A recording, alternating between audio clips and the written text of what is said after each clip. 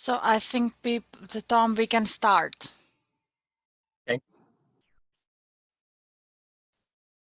All right. Well, hi, everybody. My name's Tom Ruggieri. Rebecca Graff and we run Fair Share Farm. We're up in Northeast Clay County, and I'm here today to talk about the relationship between soil health and the health in your gut. And so I'll just get started here. This is our farm, Fair Share Farm. Like I said, we're up in Northeast Clay County. We've been farming for 20 years. We've been a CSA farm for 18. And last year, this year, we're gonna be making ferments is our main business. You kind of see the lay of the land there. We've done some recontouring of our land, and I'll talk about that in a little bit too. So that's Rebecca and me. A couple of years ago, plant garlic. That's kind of us in our natural state. We spend a lot of time outdoors. We're very connected to the soil, and doing the fermenting. We do wild fermentation, so we'll harvest vegetables, chop them up, add salt, and they'll ferment. And the bacteria that does the fermenting comes from our soil. So really what we're eating and what we're in every day is we have the soil life running through our body. And so it's a good way to be. And glad you're all here too, because food and the environment are two very important things. And as Wendell Berry says, if you eat, you're involved in agriculture. So that's all of us. So yeah, here's just a quick picture of our ferments. So we make live culture ferments. We grow about 10 different vegetables, a lot of cabbages. We have like beets. We raise jalapenos for our hot sauce and our escabeche. We raise cucumbers for pickles. And I'll talk a little bit more about that later too. So one thing I want to start off doing is to acknowledge the people who have been present on the land that we're on in the past. So this is a picture of what's known as Session 69. Our farm is that red dot there over on the left. We're on ancestral Osage Nation land. So the Osage, they have been on the land here since at least back to 1000 AD, around the time of Cahokia. The ground where we are was mainly used for hunting. We found like remnants or artifacts of what would have been a hunting camp, not too far from where our house is. A lot of the villages were more down towards the water, and that's where a little bit more of the agriculture would have happened back then. So they stewarded the land for thousands of years, and we're stewarding it now. Another thing, to be aware of, as we all know, in 1820, Missouri entered the Union as a slave state. This is a map from 1860. In Clay County, where we are, 1 in 4 people in the county were enslaved. And in our township, Washington Township, townships are like 6 mile by 6 miles square. There were over 400 enslaved people. Our land, there's no record of the owners of our land owning slaves, but the land people basically rented slaves out. So this land was probably worked by enslaved people also. And we feel it's important to acknowledge that. And again, we're just here for now, and understanding the past is important. This is another picture of the past. This is from a Clay County atlas. And it shows, you can see here, this shaded area, this kind of tongue that comes through our township. It was prairie in 1829. And then on the other side of here, like they're saying, it's woods. And then this outline here, this is the farm property that Rebecca's family owns. And then this little kind of pink area is about 20 acres that we rent from the family corporation. So this is the natural state really of our land. It was oak savanna out here. And we're really trying to kind of take it back to that state with some of the changes we've made to the land. You know, we talk about the health of the land and the health of humans. You know, it's our natural state to have microorganisms in our, you know, in our digestive system from where we're living. And the land here as an oak savanna and rolling hills, it had its own ecosystem. And rather than tearing everything up and planting corn and soybeans, we're trying to take it back to more of the state that it was in and have agriculture products come off of that rather than completely changing the landscape and treating it as something different. So this is an aerial view. So our house is right here. This is where we live. This barn here is where we have a lot of equipment, our packing room, and our kitchen is in this bottom right corner. We have an equipment barn. This is our greenhouse down here. This picture is a little older, but we have solar panels here right now for our house. We have a high tunnel. And then this grain bin is actually for grass seed. So all the land that we're not farming is it's sowed in native grasses, and those grasses are harvested and the seed is sold for other types of conservation projects.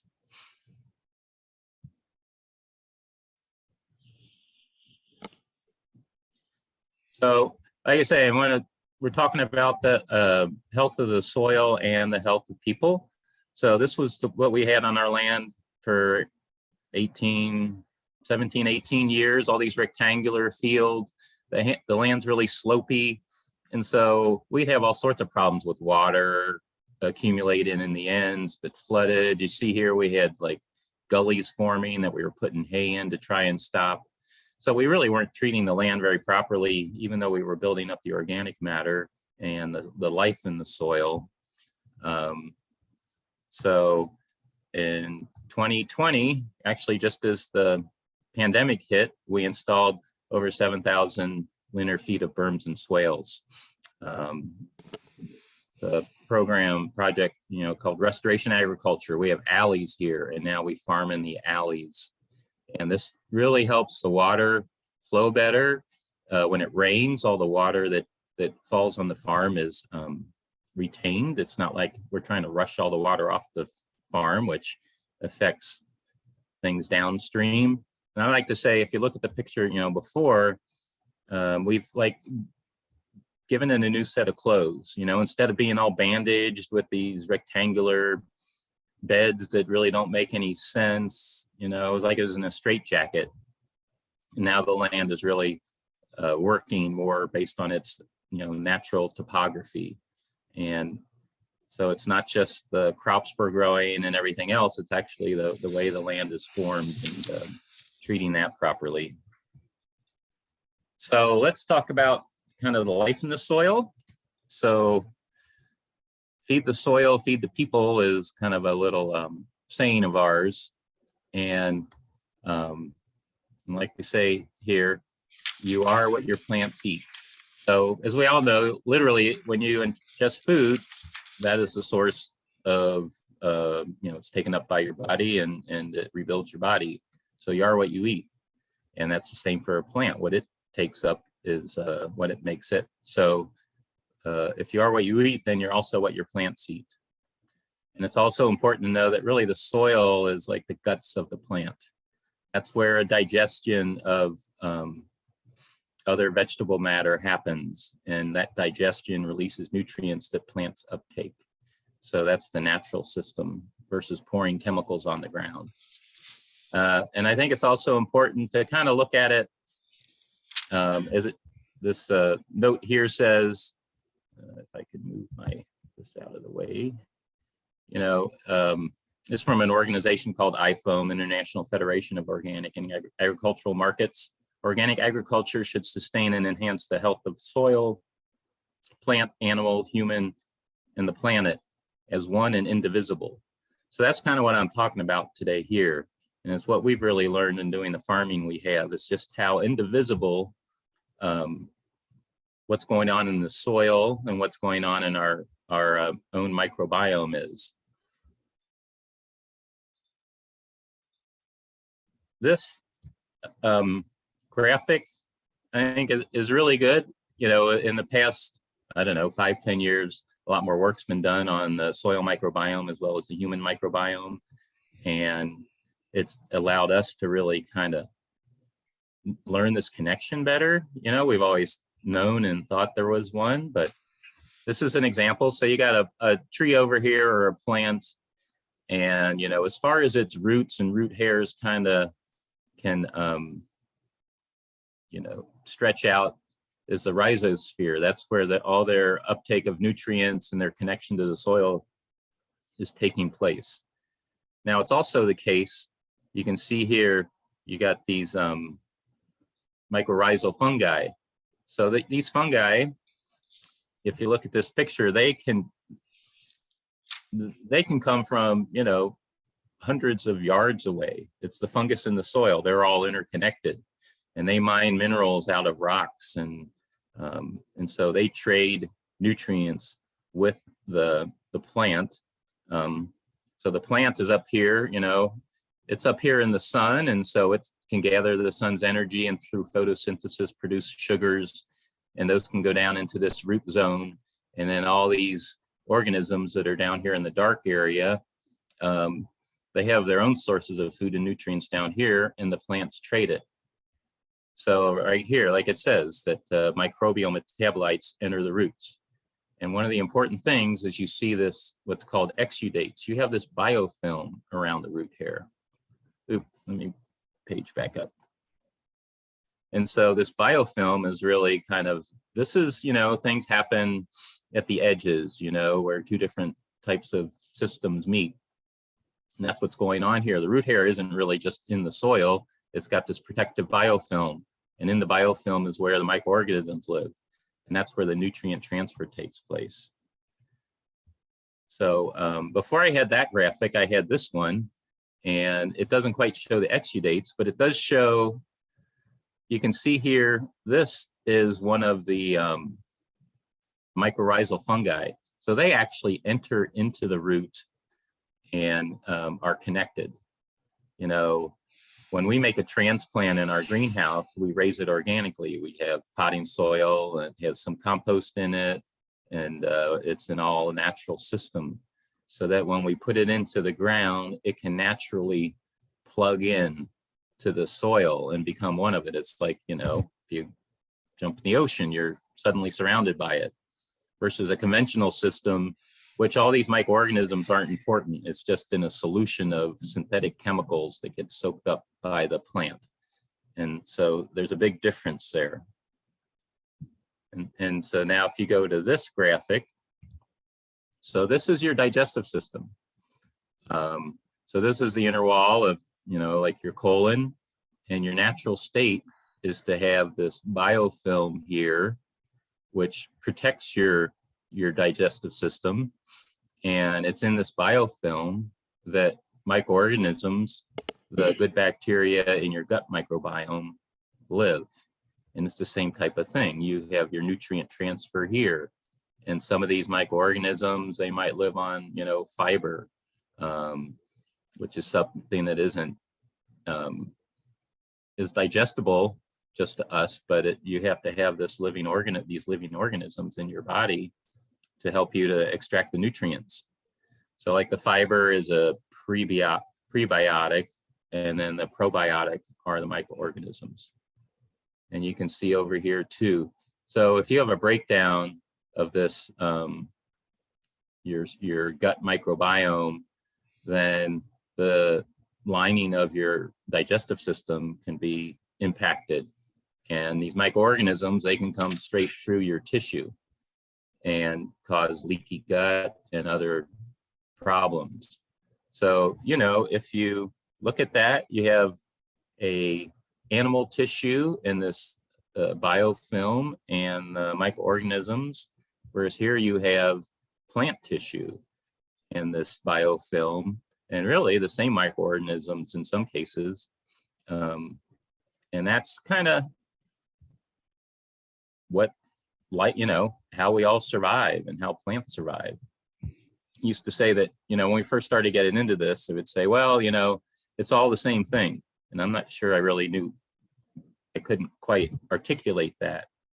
And with this better information that we have, this kind of articulates really what we're trying to say.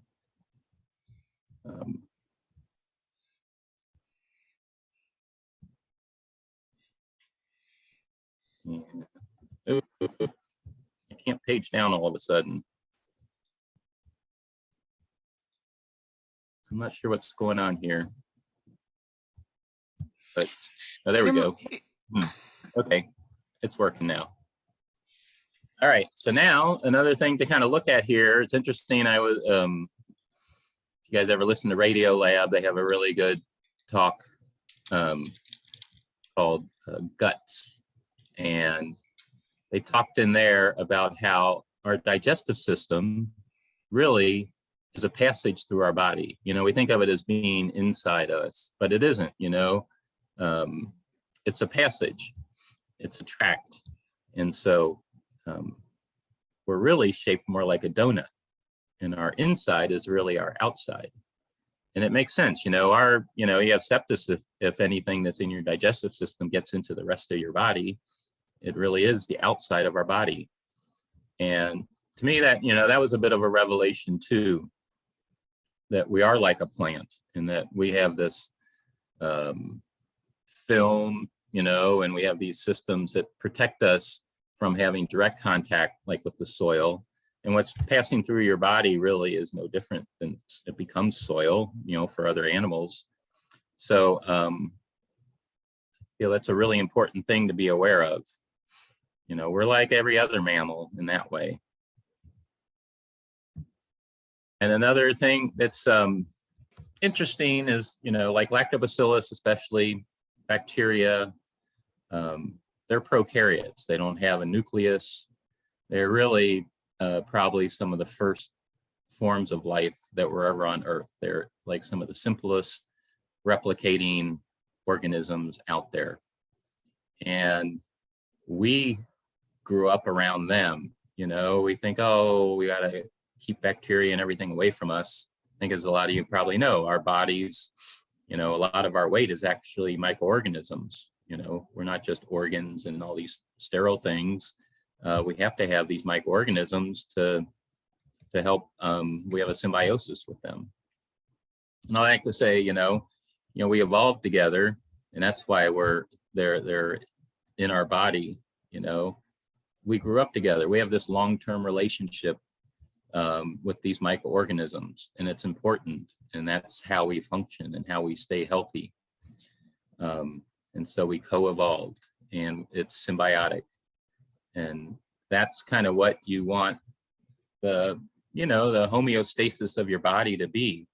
You know, there's all sorts of diets and everything. I'm not a dietitian or a doctor, but there's lots of diets where people think, oh, this one mineral or this, you know, this one eating these things are the answer. And it may be for certain people, whatever condition you might have, that might be the case. But for Rebecca and me, the important thing is to have our digestive system running the way it's supposed to run. And the live culture food, we were already pretty healthy just with our lifestyle of organic farming. But, you know, we probably got even healthier when we really started having these ferments in our life, like every day. You know, I went for a checkup one time, and you know, I was telling my physician about it, and she said, yeah, it's our second brain. And so, you know, even conventional medical doctors are starting to realize the importance of the microbiome. And you know, the more we learn about it, I mean, we almost feel that, the reason I'm talking to you about gut and soil microbiome is because they're kind of guiding me to do it. It's like if you have a lot of yeast in your body, you have sugar cravings. I mean, these organisms, they affect the way you think, they affect a lot of different things. So, I've kind of heard crazier things to think about than that, but yeah, we're advocates of the simplest organisms that we deal with every day. So how do we do this in the field? So we're, like I said, we're an organic farm. We keep synthetics out of the food chain. We consider ourselves a regenerative farm. We are increasing the organic matter and the life in our soil through our farming practices. We say, well, we used to have a label on our jars that said carbon was sequestered making this product, and it's true. And I'll show you the data we have to show that.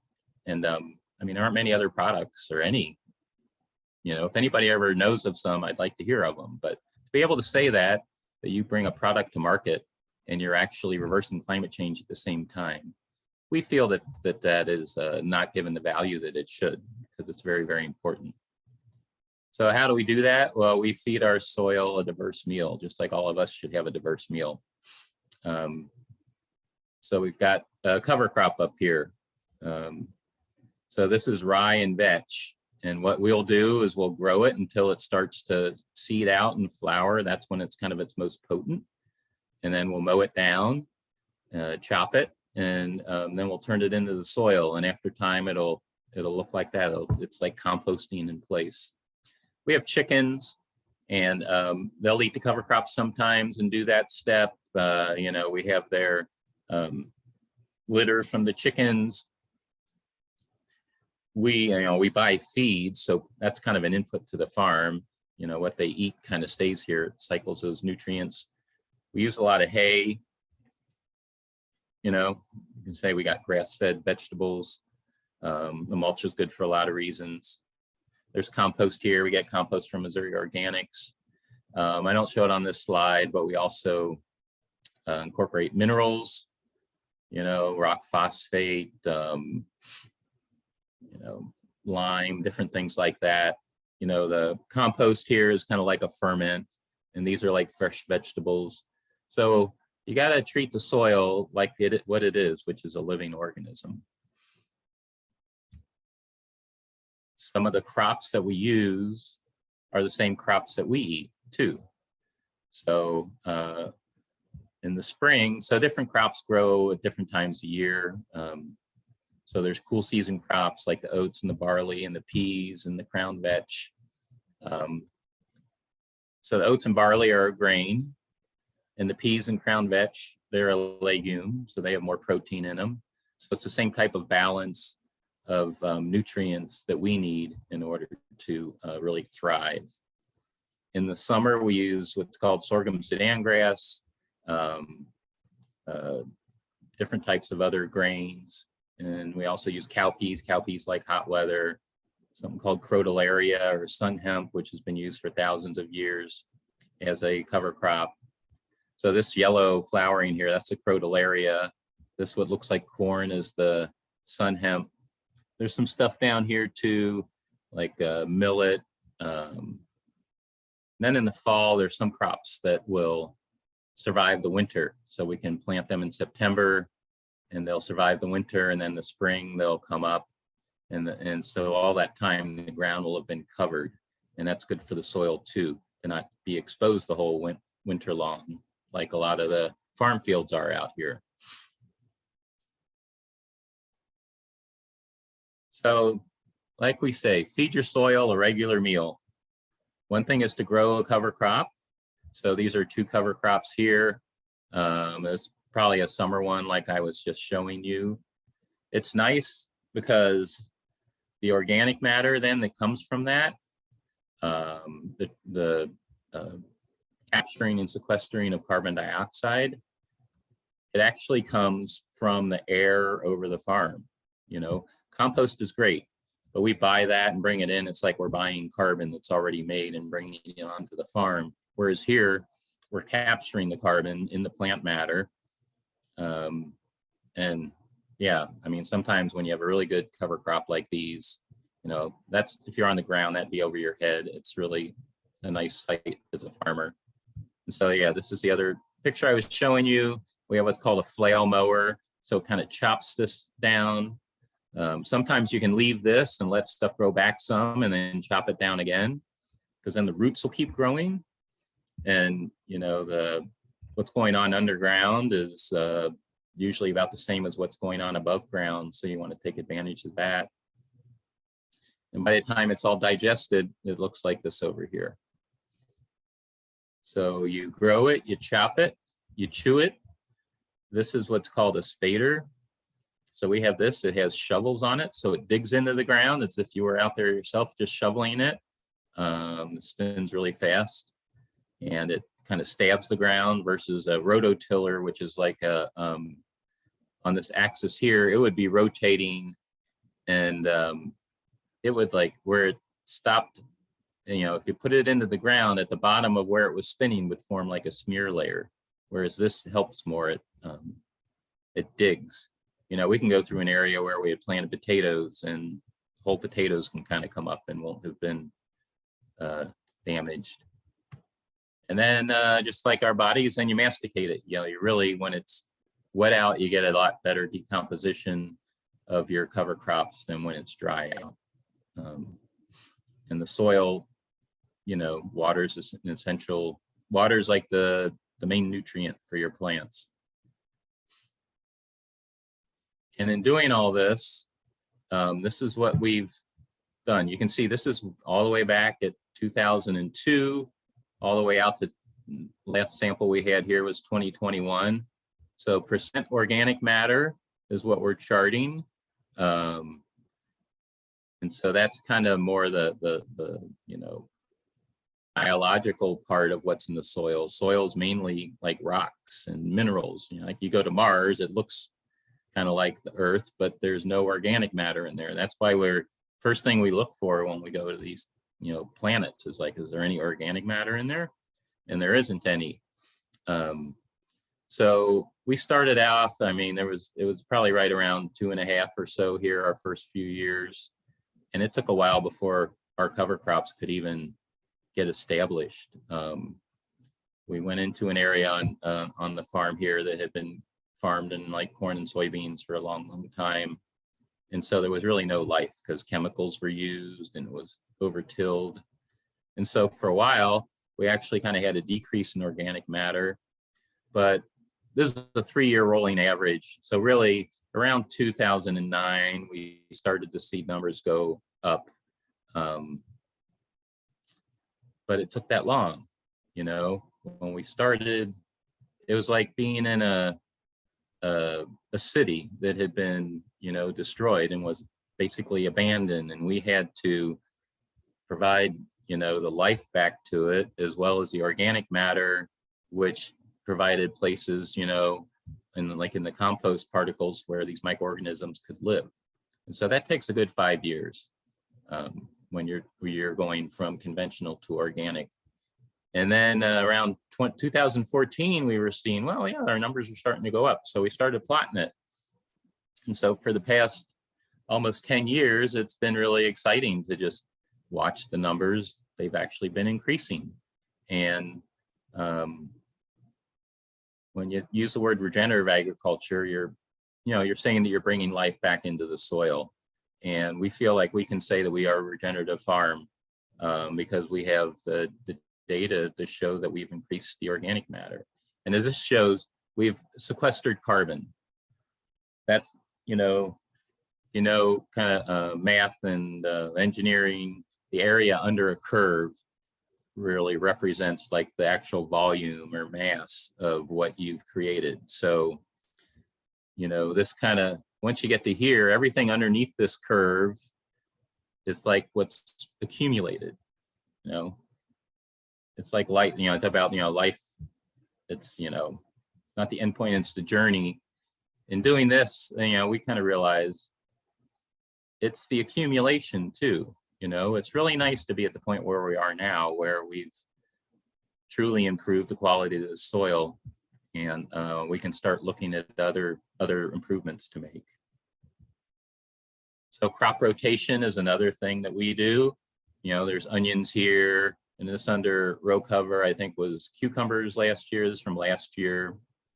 So we're not going to put onions back here again. We're going to put a cover crop in, or that's what we did. And then we ran the chickens through here, and then we put beets in here this year. So you don't put the same crop in the same area every time. So that's another way to kind of treat the land well. It helps reduce disease and pest pressure. Insectaries, you know, above ground, you know, biology is based on diversity. They have just one crop and use chemicals to wipe out everything else, every other insect, every other type of plant. That's just not the way that life on Earth is meant to be. And so we do what we can to, along the edges or wherever we can, plant a lot of flowering plants. You know, some of the ones with small flowers bring in parasitic wasps that'll go after pests. And, you know, the more you have of a variety of things, the less chance you have of one organism to take over and cause a problem. So these are some of the other things we do for health. You know, and these are the same type of things you might do as a human, really. So this slide kind of boils it down. I've shown all this about all the work we do with plants and the soil. Every other 90%, 95% of the agriculture out there is based on this. Chemicals are used to feed the plants. I mean, a lot of people worry about pesticides. Well, the fact of the matter is, this is what the plant's eating.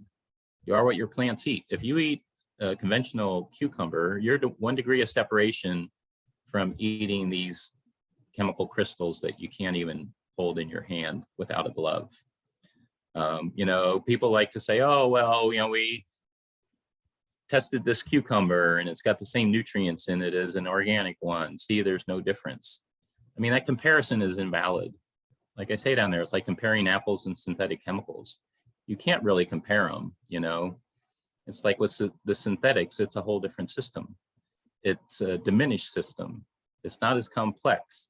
So conventional agriculture every day is diminishing the environment. It's a totally unnatural system, and people need to be aware of that. Organic agriculture isn't just, you know, some foofy thing for, you know, hippies or rich people or whatever. It's food and the environment are inexplicably mixed and paired, and people have to be more aware. And I'm glad everybody's here, that you joined this conversation and talk to see that that it's important. Okay, so I'm just talk a little bit now about our ferment operation, just to talk about live culture in our food, and it helps talk about the gut connection. So what we do is we make ferments out of just the products that we raise. We might buy some organic ginger or a couple little things, but basically everything that we produce is based on what it is we're able to raise that grows well for us around here. And it's like a craft. So an example of a traditional agricultural craft of raising a product on the farm and fermenting it, and so that what you taste and the nutrients you get are directly related to the quality of the health of the farm and its soil. You know, people talk about terroir with wine, you know, cheese, you know, or milk. It's like, oh, I can taste the grass in it. It's the same with vegetables. And that's one thing that we work to achieve. And our product is different than anybody else's because all our product, all the vegetables just come from our one spot. Like we have our own vintage type of thing. So seed to jar. And that's the other thing, is that we can pick our varieties that we want to grow. We know that the Bella Rosa onions, that they grow well for us, they store well for us, they taste really great, they're beautiful. So we can buy seeds, organic seeds, and grow our own Bella Rosa or Walla Walla. And so we have control over the inputs to our product down to the seed level and the potting soil level. We do all the harvesting. So all those cucumbers, they come right from our farm. And with fermenting, it's really important to kind of know, I mean, it would be difficult for us to buy stuff in and run our same recipes and get a consistent product. So it really adds to the consistency for us and helps kind of take the worry away that we got a bad batch from somebody else of something. It's all handcrafted. So it just came out of the kitchen from this morning. We were making a batch of cucumber pickles. We have a kitchen without a stove. That's the other nice thing about fermenting. It all happens at room temperature. So it requires less energy. A lot of stuff will come out of the cooler. You know, we'll store cabbage and carrots and stuff in the cooler. We'll bring it out, we'll chop it up, we'll ferment it. And then before it's sold, you know, we keep it refrigerated so the buckets will go back in the cooler, but it'll have a greatly reduced volume. So it's a way to have the same infrastructure and have a kitchen, but you're not heating it up. You're not spending energy on that. You're not spending energy on your air conditioning to keep you cool while you have, you know, creating heat inside of a room. So those are all, you know, and for us, we always wanted to make a value-added product, and we kind of struck on the fact that we spend so much time in the health of our soil that the live culture food really is the logical value-added product for us to produce, and we're happy about that. So, like we do our fermenting mainly in like 5 or 7 gallon food grade buckets. And yeah, fill all our jars and everything. There's a picture in our kitchen. And so I think this is about my last slide. Yeah. So just a little recap for you. You know, remember, you are what your plants eat, and your inside's really your outside. And the fact that it's our natural state to have local soil bacteria in our gut, and that really it's a indivisible connection that we have with them. And so let's talk about the grasslands. That's some burning that goes on every year. I thought I'd leave that up. And yeah, I wanted to leave plenty of time for questions. I know I kind of put a lot into the talk here, and yeah, I'd love to hear any questions or comments that anybody has. Well, thank you, Tom. What struck me was the concept you said you are what your plants eat. It's kind of very thought-provoking. And there were a couple of questions. One was, what is CSA? Not everybody may be familiar with it. And also, where can they find you? Because there was a question, where they can find you and your product? Okay, so CSA stands for Community Supported Agriculture. It's a program that's been around in the United States since like the late 80s.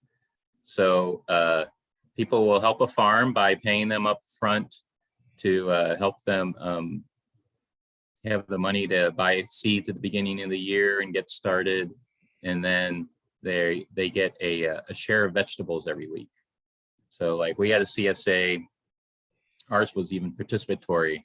Our members would come out like once a year. Every family would come out once, maybe twice a year, and help us with the harvest, because that's a very time consuming operation. So there's CSAs all over the city. You can go to the Kansas City Food Circle website or local harvest. And then, yeah, you can sign up with a farm, and they'll have their own kind of schedule. They might have like a 12-week CSA in the spring and just one for the summer and one for the fall. But it's a good way to support local agriculture, get to know your farm and farmer and our products. So I'll be at Brookside Farmers Market tomorrow morning, 8 to 1. You can go to brooksidefarmersmarket.com to get more information on that. We're in Green Acres. We're in Billy's Grocery. We're out at Colonial Gardens. We're, looking to be in some other spots this year. We have a lot of product. We're in the meatless Reuben, the vegan Reuben at Kind Food, and I guess it's Prairie Village where they are.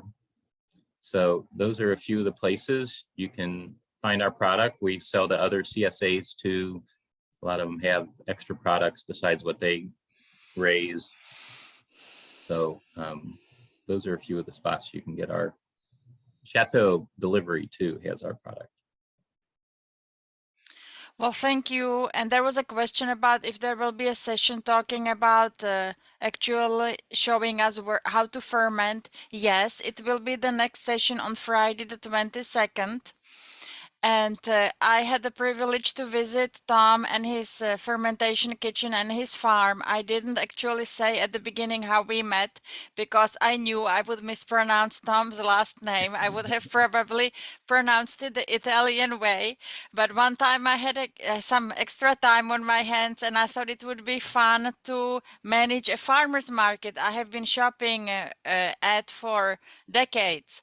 I'm kind of reminds me of European living is to visit farmers market Saturday morning, and I must say Tom has one of the best and more um, naturally and organic conscientious farming practices in Kansas City. An amazing product, and love his chicken. I mean eggs from his chickens. I don't think he sells chickens.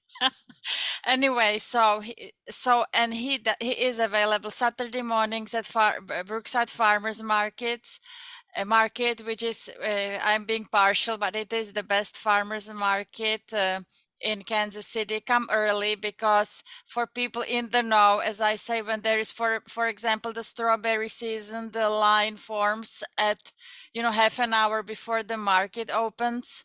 So because the freshest stuff is there in the morning. They are open till noon though, so you can keep shopping. And so let me see what other question are there. Please type them in if anybody has questions, or go ahead and unmute yourself and ask. What time does farmers market start at Brookside? It starts at 8 and goes until 1. 8 to 1. Okay, thank you. Yeah, 8 until 1. Yes. So does anybody that's participating do their own fermenting?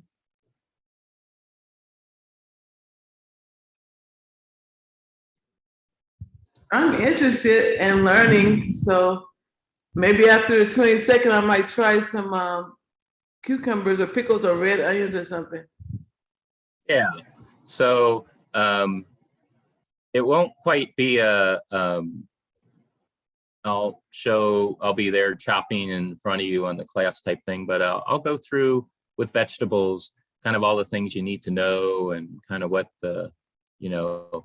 give you some info on what, the really important parts are. And I'll go through a recipe or two just to kind of let you know how cucumbers are different than, kimchi, and how they're the same at the same time. So I like to say it's very easy, but difficult at the same time, the vegetable fermenting. You can end up with something that's just really amazing, or you can end up with a bucket of mush if you're not sure what you're doing. So there are people who commented how they tried kraut, carrots, hot sauce, and kombucha. And somebody else tried sauerkraut. And somebody asked, what are all the ferments you actually sell and make? So we make a couple cabbage products. So we have 3 types of kimchi. A regular kimchi with more of a ginger in it, one that we buy sea kelp from Maine. We call that Atlantic kimchi. And then we have green kimchi that we make with bok choy and tatsoi, the mustard greens. We do beet relish, which is just beets and salt. That's really good. Sauerkraut's the same way. It's just cabbage and salt. And then there's a traditional El Salvadoran recipe called curtido, which is mainly cabbage, but it has carrots, onions, garlic, and oregano in it. Make jalapeno and escabeche, which is a traditional Mexican recipe. It's a very, very popular item, really flavorful. We make hot sauce. And then in the fall, we will have daikon radishes that we make into big matchsticks. And so they're a pickle. And we're working on other things too. One thing that we'll see how they turn out, but we know some other farmers, working down at Herbivore, they have peach trees. That organic peaches is very difficult around here, but when the peaches first start forming and they're about the size of an olive, you can pick them off the trees and ferment them. And we're working on recipes with that. And I think we're close to having a really good recipe for those. And it's a unique little item, and it's a good way to have yet another local product that's live culture and healthy and really interesting. And do you still sell the juices? One time you were selling juices. Oh, yeah.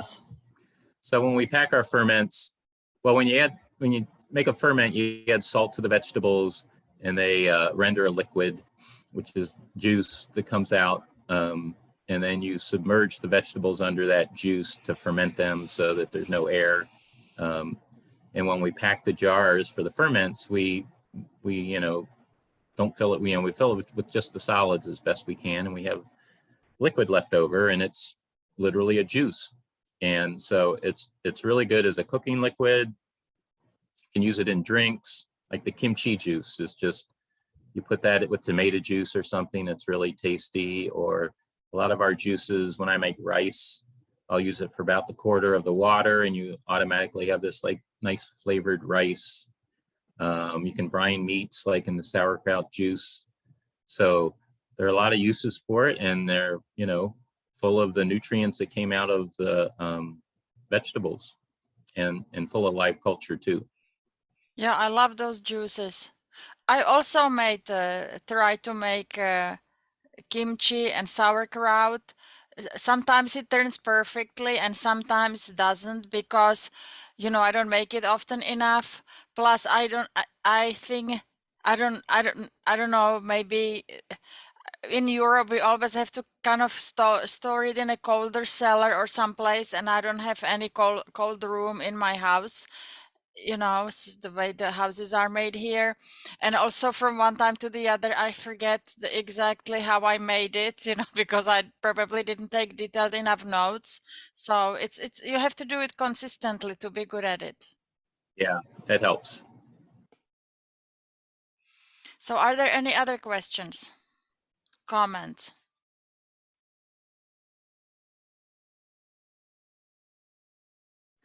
I have a question. Sorry, I'm trying to figure out how to unmute and I can't type on my phone.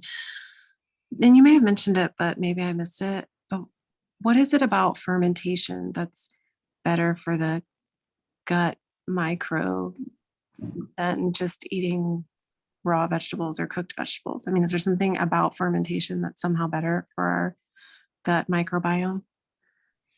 You'll have a higher concentration of the microorganisms in a ferment. You're essentially like lactobacillus. You add salt, and so they'll predominate to create the lactic acid that sours the vegetables. So you'll get a higher concentration of those microorganisms. They are already on the vegetables.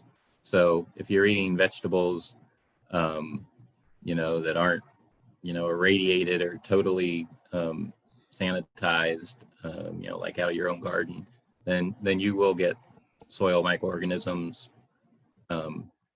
in that food. So that's good too. And I know, sorry, go ahead. No, I just was going to say thank you. And I'll put a plug in for Herbivore. I get a CSA share from them, and you can buy so many other things from other farms, including this one, the farm ferments from Herbivore. So I love it, but I didn't understand that part about fermentation. So thank you for that. Thank you, Melissa. And also, I know some of the farmers, they have tours, like over the summer. On the weekends, they are not too busy. And do you also participate in some farm tours? Yeah, so as a part of the certification, to be part of the Brookside Farmers Market, you have to, well, first off, you have to show that all the inputs to your farm meet the National Organic Program standard, and you fill out a paper application, kind of who you are, where you are, what you're using. We sign a pledge as to why, and then everybody's required once a year to have a farm tour. We call it an open house, where you can talk about how you farm. So ours, we're going to have it in probably September or October this year. We have a lot going on, and we're doing some new things, so we figure we wait until the fall. It's always a nice time,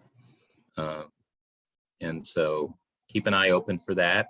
And yeah, if you come into the market, or just if you go to their website, they have a email they send out every week, and it's called the Harvest Report. So it shows, who's going to be there, and every farm kind of says what they'll have that week, and these tours will be promoted, so you'd know when they're going to happen. And also, I want to put a plug in for farming in general, because it's not only quality, much more quality and healthier food for us. As Tom said, it's not only the elitist and the rich. It honestly is nutritious if you read some research on it. But also, it's we need to support.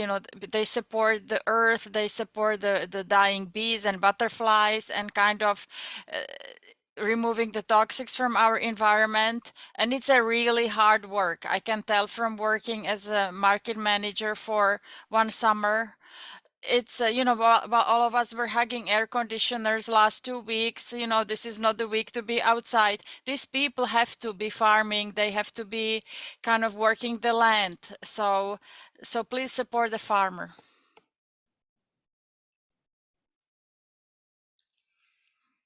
Any other questions or comments? Can you repeat one more time where to find your products besides the Brookside Market? We're at Green Acres Market in Briarcliff. We're out at Colonial Gardens, out in, what is that? Lee's. I always get the areas mixed up, but they're out east. We're at Billy's Grocery now in Midtown. Chateau Home Delivery is another place.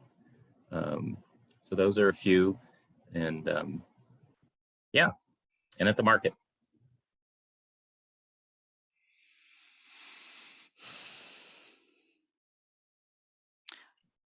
Well, all right, I guess. Well, thank you so much, Tom. And once again, we will be back July 22nd, Friday, visiting Tom's kitchen without the stove, where he will teach us how to ferment. Thank you so much, Tom.